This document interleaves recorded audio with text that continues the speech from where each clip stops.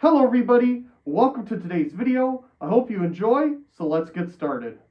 I've always wanted to add an outlet here on the wall in the basement bathroom, and today I thought would be a great day to do that. So here I already cut the hole in the wall right next to the stud, and this is where I'm going to put the outlet. Now, in thinking of doing this, we have the fan on the ceiling, so I might expand this to also have a fan switch. We'll see as we continue here. On the other side of the wall, probably about right there or so, is where I want to put a outlet. So I need to feed it somehow, and I already put a hole on the other side where I want it to go. Figured out that there is insulation in the wall, which is good, but there's also enough of a gap that you can feed a wire down through, which is also good. So I'm trying to figure out a way to do that instead of having it visual out here, since that's a possibility. So I'm obviously going to have to branch and bring a circuit over and then get it into the wall and down. Now, the other issue is that inside I have the ceiling fan in there that I do want to keep. And I'm just thinking about how I can tie that into this situation and, you know, make it look cleaner than a wire going across the ceiling. So I'm trying to figure out how to do that. Now, the issue is here that this is a wall. And at the top of the wall, there's going to be, I think you'd call it a sill plate or something. If we go over here, you can see a very poor example of one with this 2x4 at the top. So there's a board at the top of the 2x6s that are in this wall. They're 2x6s, they're not 2x4s. And, well, let's see here. I'm thinking that, you know, obviously it's going to have that plate at the top, and we can bring stuff down, but I need to get a hole through that plate so I can get wires up and over. And inside there's an opening for the water upstairs underneath the tub that I can kind of go through that'll help me feed it over to where the fan is. It's a really nice, convenient thing that that's there. So I need to get a hole up in it. Well, how do you do that? I don't want to put a hole in the bathroom. That just will look terrible. But what I'm thinking is putting a hole on this side that will allow me to get in there and hopefully drill a hole straight up. And then, you know, I'll be able to feed wires that way. That'll also allow me to feed it into the wall here and down so I don't have any conduit on this side too. So again, we're going the extra mile here. Let's see what we get. I think my next point is going to be getting whatever's on top of this down, and we're going to try putting a hole in this wall to service what we're about to do. I've located right at the edge of the stud, right where that box is. It's about 52.5 inches from the wall. So we're just gonna measure up there, and that's where we'll find where we want to be. There's our access hole. Boy, that turned out really well. Look at that, right on the edge of the stud, and right at the edge there of the top sill plate. I tried to cut it a little higher so that there's something to secure it to, but as you can see, it didn't really pull away as intended, but that's okay. There's still a little bit of something there, and we'll be able to patch this back up once we're all done. Made more progress, changed out this electrical box, which was a standard size one, for this bigger one. It'll just give it more room. I just got to get a cover for it. So that's done. Run our new wire over here, and currently it's just hanging here for right now, covered up, so we can turn the circuit back on so we can use the garage door. But I'm going to focus on getting a hole up there now into the top part. And, well, we got our, you know, spade bit thing here. Now, I have this really long one as well. It's not the same size. It's 9/16, but I'm not sure how in the world I'm going to do this with the space constraints. And this light was working, but then it decided that it wasn't going to work anymore. I was just standing here, and all of a sudden it went out flickering. So I have no idea what happened. It just decided to give up on us. As you can see, it kind of flickers now. Isn't that just lovely? Take a look at that. We had a miracle happen.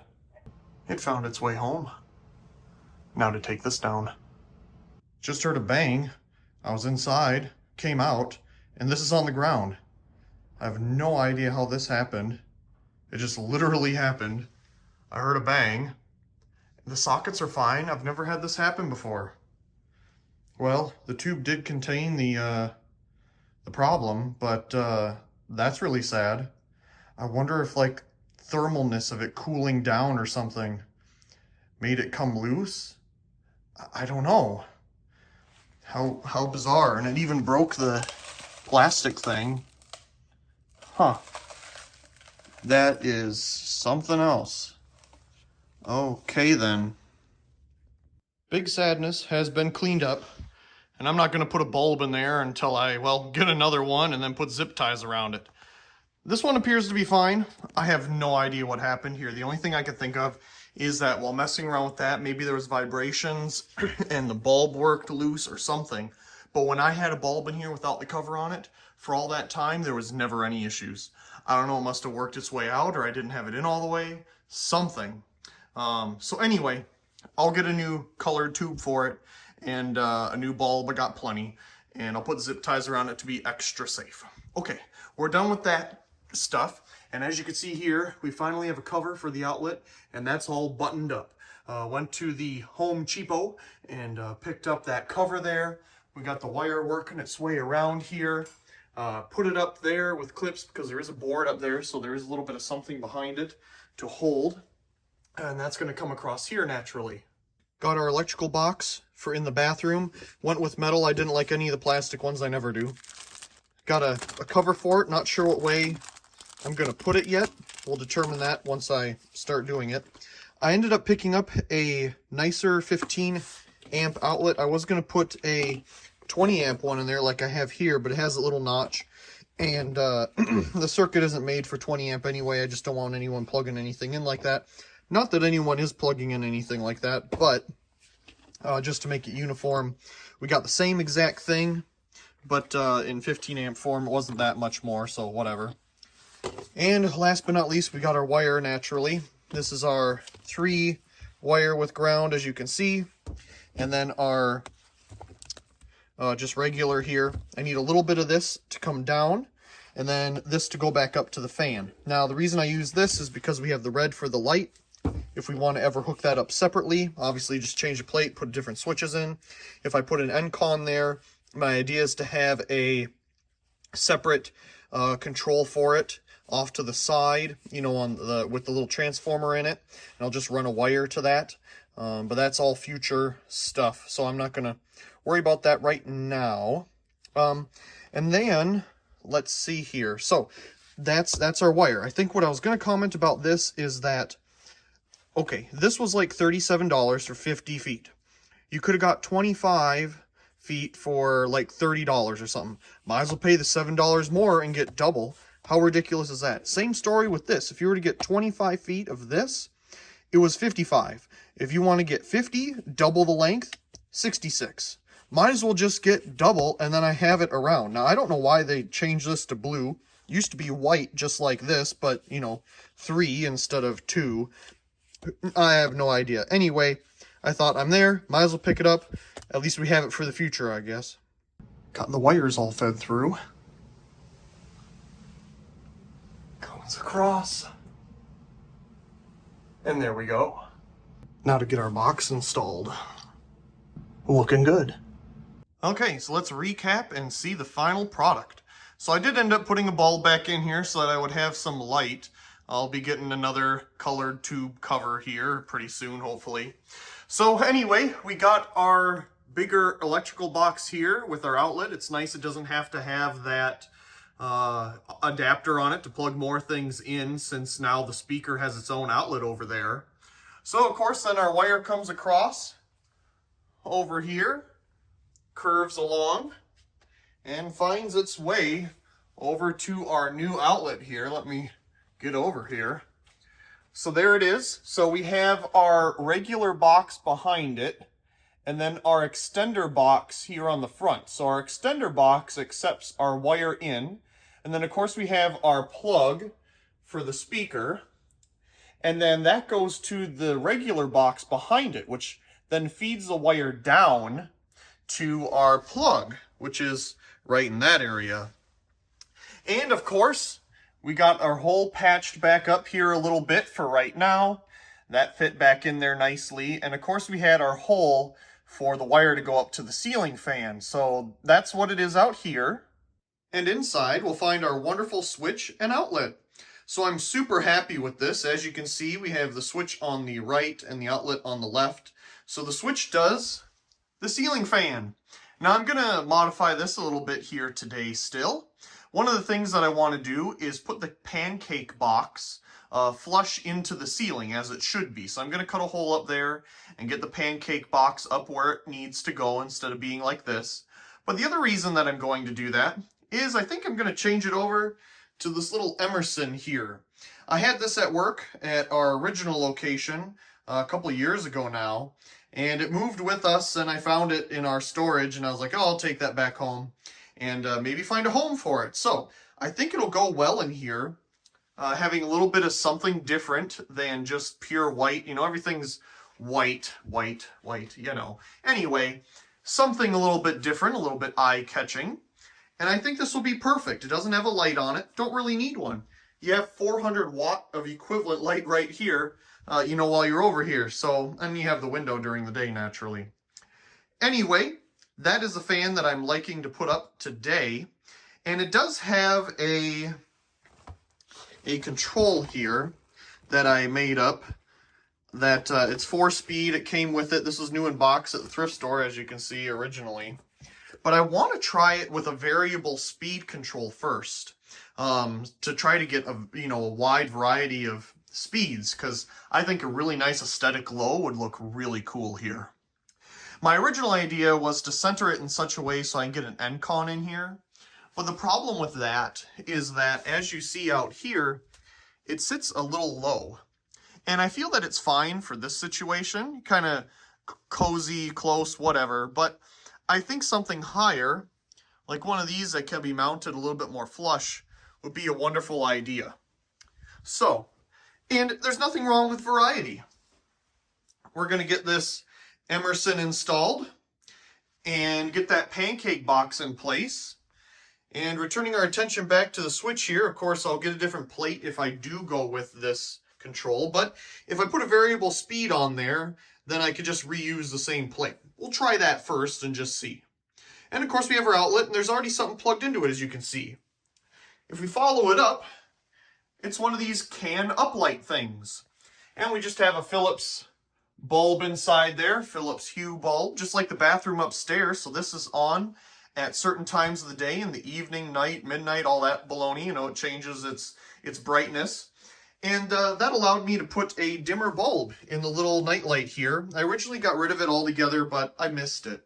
So I put a really dim LED GE bulb in there. I originally had the brighter version that's used on like the shelf out there, but I didn't feel like I needed something that bright anymore. This will take care of the nice evening light. And before I left it bright, because it shined out into the hallway here to light up this area a little bit. But we have our wonderful new creation here as well. So, solving some problems. Let's see what else we get into today. We got our hole cut here, and I'm just about to pull it out. I just use a box cutter and slowly go around and around and around, and eventually you can get it out, because the thing here is that this does have a cover, obviously, for the box, but I guess I could just look at it, how big it is, and I don't want damage to the ceiling, because then you have to put a medallion or something on it because of the cracks and all that kind of stuff. Now, when you put a plate on the wall like this, you know, the plate's bigger, so it kind of covers up the gaps and stuff. It looks great. But depending on what type of fixture you have, it might not do that. So, let's see here. It should come out. At least it was loose a minute ago. Oh, well, we'll get there. Not too bad. It was a little bit of a snug fit, but with a little bit of persuasion, we got it in there. And not much cracking. It's sitting pretty flush. It's all tightened up. Even the same screw holes were being able to be used. We got a little clamp here, as should be. So, I think we're good to continue on with installing the new fan. A little further, we're getting all the bits and pieces out for the Emerson here. And I'm going to flush mount it instead of using the down rod. I just want to keep it up as high as possible. So we're just going to do that. And I've never done it with this, so we have some brand new hardware here that I did save, and we're just going to flush mount it. About to wire up the fan. Paper clips really do help in this situation. Holding on to this thing so I don't have to have 3 hands. All wired up. Now we just have to mount it and get it off this hook. There's the motor, and the motor with blades. For my first control, I thought I'd try this variable speed Leviton here, but boy does it make noise. Thing's annoying as can be, so we'll use the one that it came with. Got the Emerson control installed. A lot more quiet. Of course, it has a motor noise, but that's to be expected. Unfortunately, I can't get a super low out of this. Maybe someday I'll find a more appropriate control. And the funny thing I always find with these Emerson things is that 4 is low and 1 is high. I don't know why. I think it would be the other way around. But we'll go with it. Now, it'll probably live most of its life in reverse. And the reason I have this fan in reverse is to help blow air up and work its way over here to the shower area so it can kind of get air circulating in here. Now, obviously, these blades are not curved in a manner that would be efficient to blow air upward, but it does have the option. So we do have the little switch here on the back, and we can change that and have it, of course, go in reverse. So if you put it on 4 here, it'll go in reverse.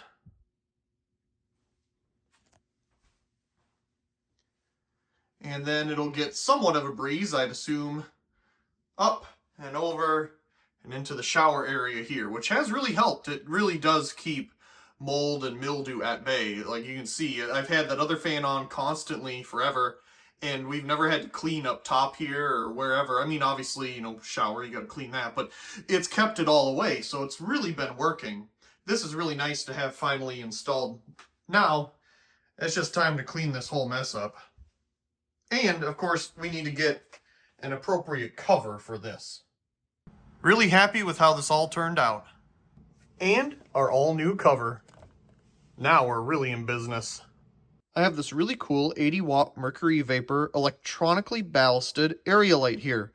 Picked it up a couple years ago at the Restore, brand new in box. I think I have a video of it on the channel. Not sure if we turned it on, though. We very well may have, but I have never had it wired up since then, and I'd really like to make it a little bit more of a permanent wire-up solution.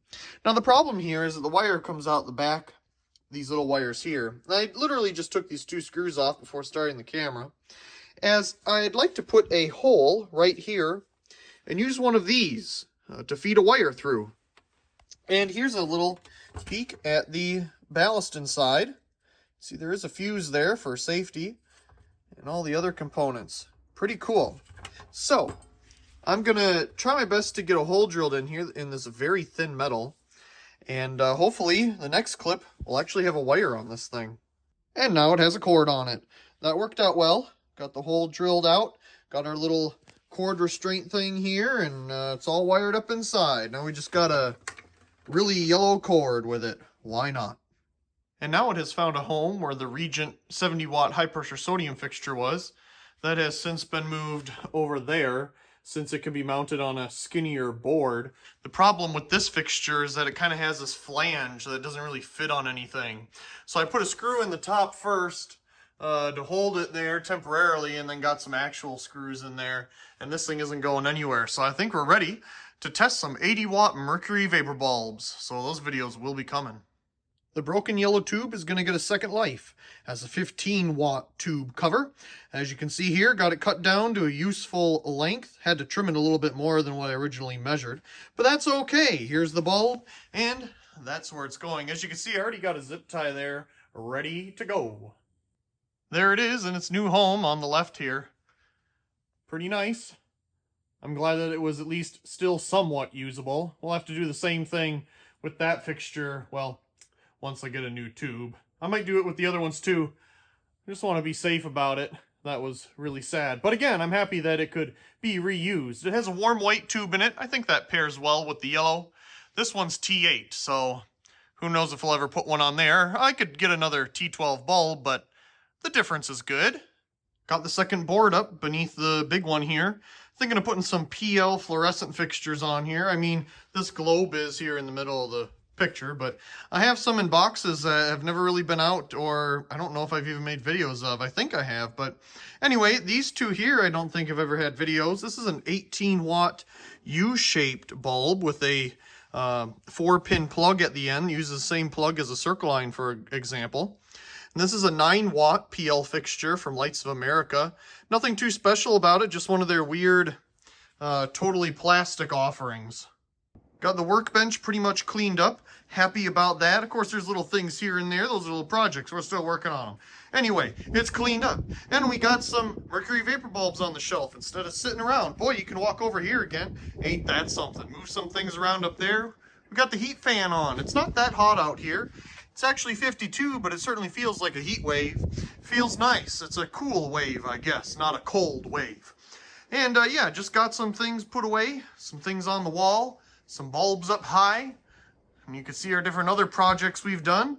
Very happy with the results this weekend. Got a lot done. Okay, now for the next coming week, I don't know. Definitely need to get a new shade for that. And we'll see what else we get into. But for now, I'm happy with the progress. The temperature definitely helps. It certainly looks nice in the evening. I really do hope you enjoyed today's video, and if you did, be sure to subscribe to the channel for more videos like this one. Leave a like down below and a comment. I do enjoy reading all of your comments. Of course, check out the other videos here on the screen. And until next time, thank you very much for watching.